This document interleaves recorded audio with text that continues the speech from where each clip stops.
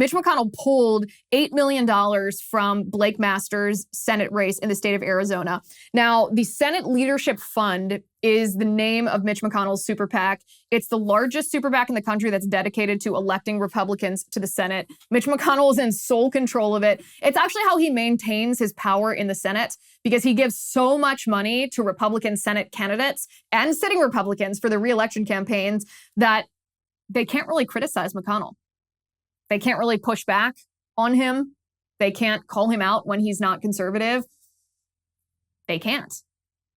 Because if they do, then they won't get any money from Mitch McConnell, like Ted Cruz. Ted Cruz doesn't get any money from the Senate Leadership Fund, any money from McConnell. And I wonder why, because Ted Cruz does not toe McConnell's line. Remember what McConnell's positions are on some of the pivotal issues that the conservative movement is facing right now. McConnell is generally anti-Trump. He was willing to work with Trump simply because he wanted to maintain his position of power. He didn't want to be a pariah in Washington, D.C. when Trump was in power. But he's no friend of Donald Trump. He's anti-Trump.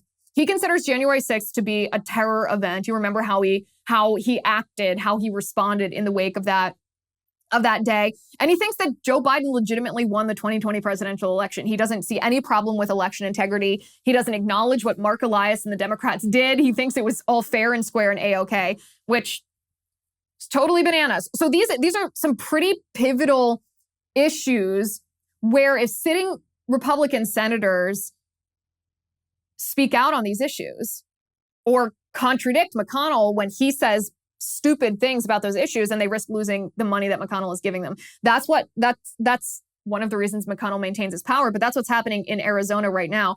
So Blake Masters is facing sitting Arizona Senator Mark Kelly, and most polls have Blake Masters within reaching distance of Mark Kelly, within maybe like 8 or 5 points. Some polls, it has it even a little bit closer than that. We're still 2 months away.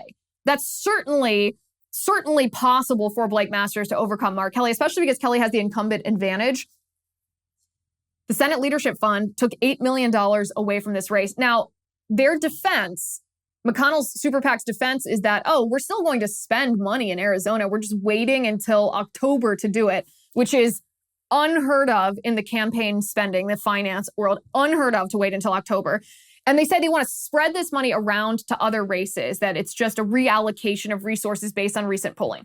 I don't buy that for a second. I don't buy that for a second. This is about ideology, and it's about ideology. If you listen to Blake Masters for 1 second, you can see, just like McConnell can see, everyone can understand that Blake Masters is not going to go to the United States Senate in Washington, D.C. and toe Mitch McConnell's ideological line. Blake Masters will be an independent candidate, not independent in the sense that, not independent party-wise, but independent-minded conservative. And that's what you have to be in Washington, D.C. now, unless you, want to be Mitch McConnell.